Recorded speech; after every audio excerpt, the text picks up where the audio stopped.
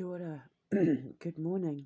I'm just going to give you a quick update on why I haven't been making videos and why I've been, distant. I've been talking about the God phone. My Instagram is full of it, full of the conversations. I talk about it here on my YouTube. I talk about it on Instagram and that. My teacher, the one who put me on my ascension, the one who guided me on the path to my ascension, Australian metaphysicist Pauline Wardell-Braddon, who passed away in October 2014. When she found me, she was the one who told me about the prophecy, and when she first started training me how to enhance my gifts and, find my supernatural ability and stuff like that, she told me about the God phone and how she had been asked to work on the God phone with these two scientists in America. I don't know who they are, where it happened, blah, blah, blah. I think, but don't quote me, I think she said Caltech, that they were scientists from Caltech, but don't quote me. It's just I know she spent a lot of time in California and somewhere in the Midwest, but working on crimes and treasure hunting using metaphysics and that, which obviously she taught me. But there were these two scientists that she met, and they were working on the gold phone, and one of them got diagnosed with cancer. And the deal was, he said, if there is life after death, I'll call you on this phone. And then he died, and then, of course, Pauline took over with these experiments. That's pretty much all she said, but it intrigued me, and I always felt like maybe, whether she knew it or not, she was setting me up to either be the God phone, which you can witness on my YouTube and that, or to finish the invention of the God phone. And it has stayed with me since like 1999, when she first came to live with me in Wellington in New Zealand. It stuck with me. And of course, then I started getting into wanting to understand the science of the paranormal, because things weren't adding up for me that psychics and mediums were saying and doing, the things that were being put out there, through TV and radio and books and newspapers, and that the misunderstandings, the misconceptions, the misconstrued ideas about what life really was after death. And as a person who embraces the scientific, it just seemed to be the natural path for me to want to go down the realms of science to understand what it was that I was and what it was that I was providing for other people. Because by that point, by the time she left, and I was getting ready to immigrate to the United Kingdom, I was doing my readings and that, but when I was getting stuff wrong, it bothered me, because I didn't like the fact that I was taking money from people who had this faith in me that I was going to guide them on the right path and give them, the answers to the questions and connect them to their loved ones and that, but I was getting some of it wrong, and I didn't like the fact that I was letting them down, even though they kept coming back time and time, because they loved my work. They knew, all my clients back home knew I was on the right path, and so they had that faith in me, and they kept coming back, and I was so busy. Like I started off as just a beauty therapist, just doing treatments from home, giving people free treatments and, massage therapy and that from home. And it was when I was touching them and giving them massages and that I'd start picking up on things. It's psychometric energy. When you touch them, it's psychometric energy. You get, biometric downloads when you touch someone on a psychometric level. And so then I just started reading I hope you don't mind, but I'm getting this message and blah, blah, blah. And then they just stopped coming for the treatments and just started coming for the readings. And then my teacher came over from Australia and introduced me to, life and radio and that, because I was basically her PR person, because she was a very well known, very respected metaphysician, and I think she called herself a medium, I think. But by the time I met her, she was a metaphysician, and yeah, she was doing TV and radio and that all over the world, being interviewed in newspapers and magazines and that all over the world. She was very, very well respected. And so when she started doing the TV radio circuit in New Zealand, she brought me along to give me a taste of what was to come for me, to teach me how to talk to people who were grieving, who were angry, who were doubters, who were fearful, who were zealots, who considered what we did to be witchcraft and evil and blah, blah, blah. And that bothered me, because I knew the way I had grown up as an Indigenous person, that we're supposed to have this connection to our ancestors. And so, of course, obviously, when my ex-husband, the dreaded one, the dictator of doom, when he came over in 2000, he said to me, I want you to move, I want you to give up everything, I want you to come over, I want you to do this full time, because you've got a gift, you have something special, and you need to help people. So you sort it out. I'm going to go back to the UK and get everything sorted. Then I want you to come over, and I want us to be together, and we're going to do this thing. Like, we're going to make a career out of it. We're going to put you out there and blah, blah, blah. So, of course, when I moved over, he did everything he could to sabotage my every endeavour to make money from this in TV and radio. But, that's in the past. That's neither here nor there. What it did was, in my learning to deal with the different ways people see faith, spirituality, life after death, their connection to God, their connection to their relatives, their deceased, their loved ones, blah, blah, blah, it in turn put me onto physics. It was originally theoretical physics, and it ended up turning into quantum mechanics and became quantum magnetics, which is my science. That's, manipulating time to manifest reality. Through the course of my doing my work, and especially after I had my ascension, and when I basically came out of my dark night of the, well, once I, not my dark, well, I suppose, yeah, my dark night of the soul, when I came out of my dark night of the soul, after I started the demagnetization process of removing myself from toxic behavior, toxic thinking patterns, and toxic people in my life, it kind of like opened the channels. It was like, when you've had a blocked nose and you take your antihistamine, and then all of a sudden you can breathe and taste again. That's what it was like back in October of 2019.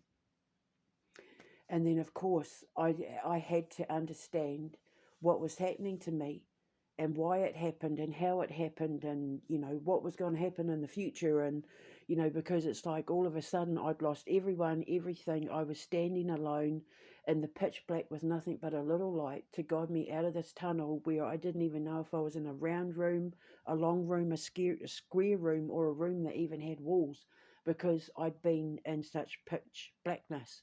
And all I had was the light that I was holding, which was my heart, because I knew in my heart that there had to be more to this than what we were being told there was.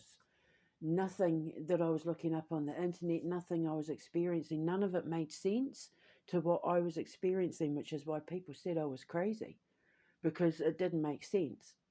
But that's because you're a chosen one. And a chosen one's ascension is nothing like anybody else's. It is not a spiritual awakening.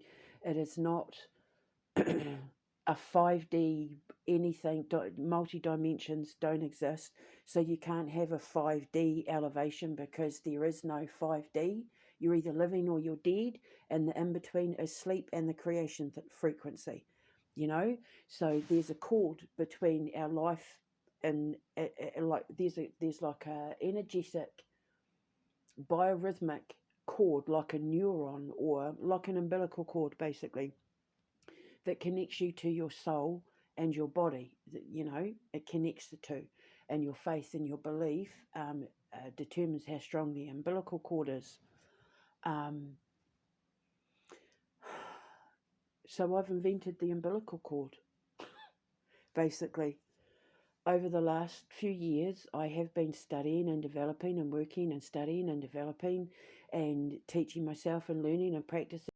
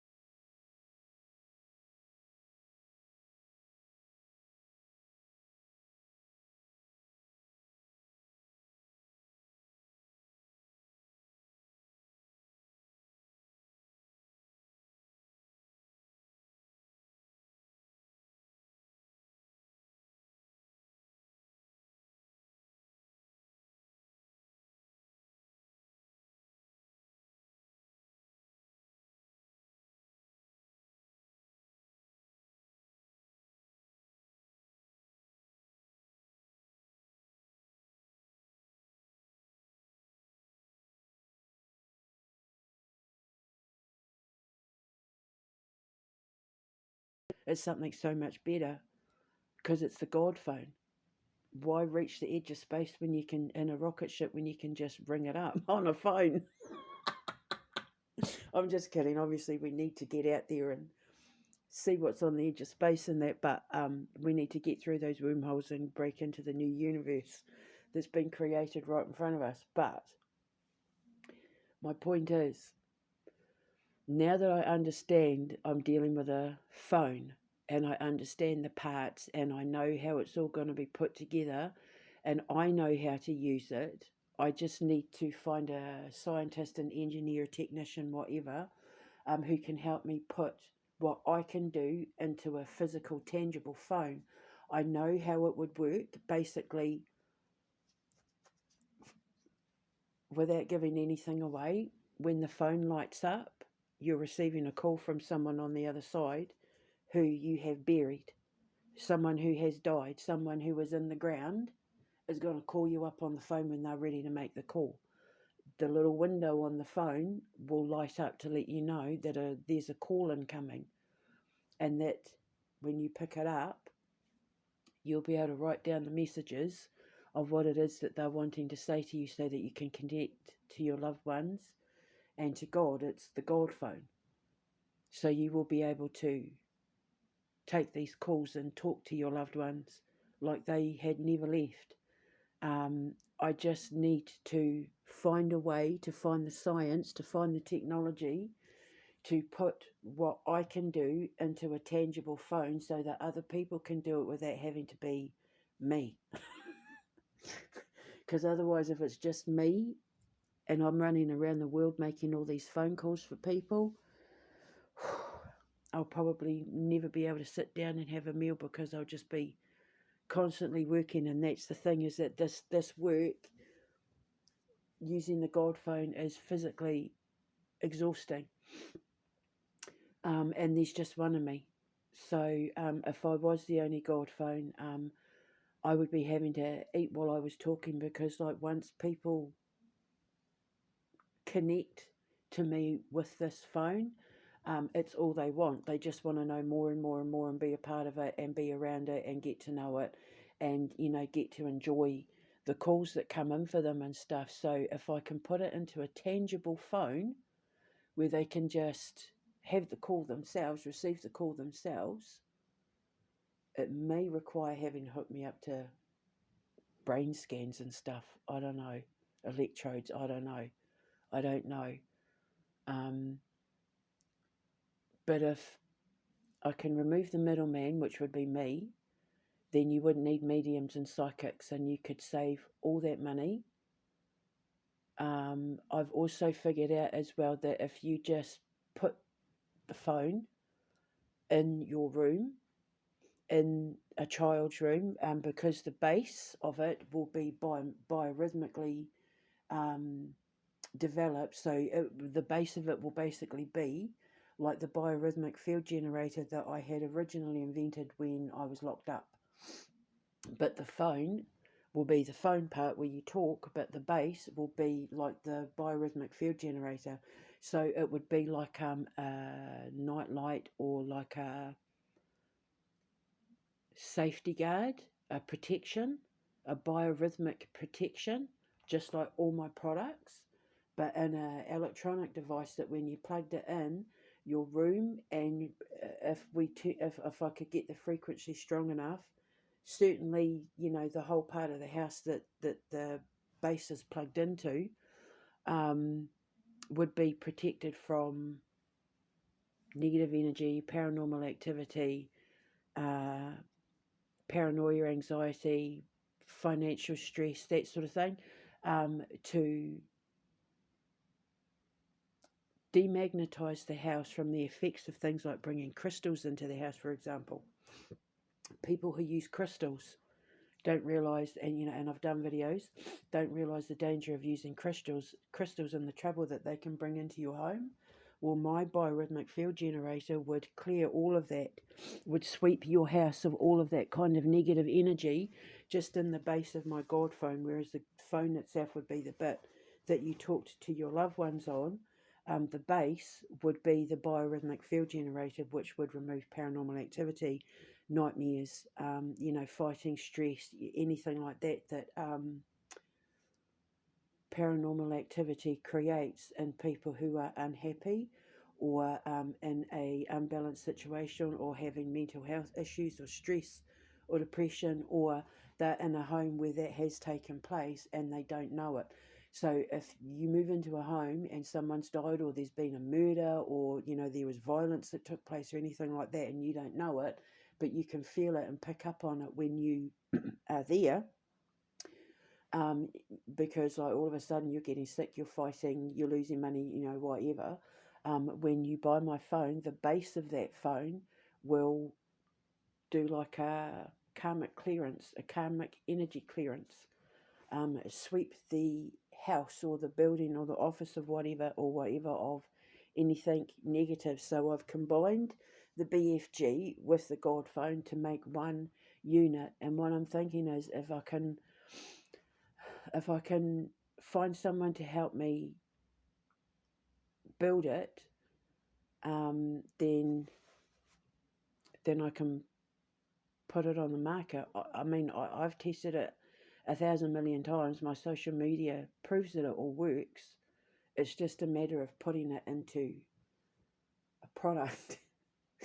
The only thing is, though, and this is the only thing, is that it's not going to work if you're resonating within the Schumann resonance frequency. If you're of a lower frequency, the phone isn't going to ring, because you have to be able to access the God frequency in order to withstand the God frequency. And anyone who is of the Schumann resonance or lower, the phone wouldn't work, or it could possibly do damage, like hurt them. It would be like putting salt on a slug. So yeah, so there's still some kinks to iron out, but I know that the right person is coming along to help me figure all of this out. And then once it's out, I can patent it and put it on the market. And when I do my Art of Creation TV animated series, the phone is actually going to feature in the TV series. Because they'll use the God phone on the network. When they get news flashes, like when they're doing stuff, the God phone is going to ring, and they'll be like, oh, news flash, and then they'll pick up the phone, and then they'll make the announcement to the audience, news flash, blah, blah, blah, blah, blah, blah, blah. I'm Grim Reaper, you're Grim Reaper, yeah, you're blah, blah, blah. Just got a call from them upstairs, because you know how in the old days, when there was breaking news, our news reporters, there was always like a telephone on the desk. And then there'd be news of an assassination, or, you know, like for me, I know it was, you know, when the Challenger rocket thingy, the news reporter picked up the phone then and said, that there's been an explosion, blah blah blah blah blah, and of course the Kennedy assassination and that. So yeah, news reporters had the phones, but in the Art of Creation, the animated TV series, they'll have the God phone, and they'll just pick it up whenever there's like breaking news. So, but the breaking news will be real because we predict news that hasn't happened yet because it's coming from the God phone. So, the show is basically God giving everyone a heads up about everything that's going to happen in the world by our TV presenters and that, like Shirley and Doba and Grim Rappier. Well, not so much Shirley and Doba because they have the gift themselves, but Grim Rappier, he'll pick up the phone on the show and say, newsflash, just, and then he'll say whatever it is he's predicting, and then that'll be it. So, yeah, so it's all developing really nicely. I just had to take a break to fight a holy war for a bit there, but everything's to be wrapping up. Everything seems to be wrapping up nicely now. I'm thinking ahead, sorry. I'm jumping ahead because there's things I have to do once I upload this video, so I'm a little bit distracted. So that's what's going on. I'm 80% there. The rest is just finding the person and putting it into a tangible, marketable product, and then that's us being able to launch the God phone and promote it on my show. So that's just letting you know what I've been doing. If you want to know what I've been up to, just go over to my X account because it's just been mental. I'm exhausted, but we've got to grips on the level. This holy war is nearly at an end, and then soon we get the restart. It's the great reset for us. So yes, I've been a busy bee, jumping for Jesus. That's what I say. I've been jumping for Jesus. But yeah, so I'm gonna let you go. I just wanted to give you a quick heads up on what I've been doing. And there's a private call waiting for a president who I think it's going to change his life forever. I've just let him know that he has been requested for a meeting. So we'll just see what happens there. Anyway, he'll be the first president in the world to use the God phone, which is going to be pretty cool. If he accepts the call, that is. He doesn't have to. But, I've let him know that the call is coming through. It's like divine Skype. Anyway, I will speak to you later. I need to get on with my chores. I've got to clean my altar. I've got to go and get some shopping and hoover my floors and clean my bathroom. So I will speak to you later. Keep you undated. Just check my X. Everything's over on my X. Ka kite anō. Mwah.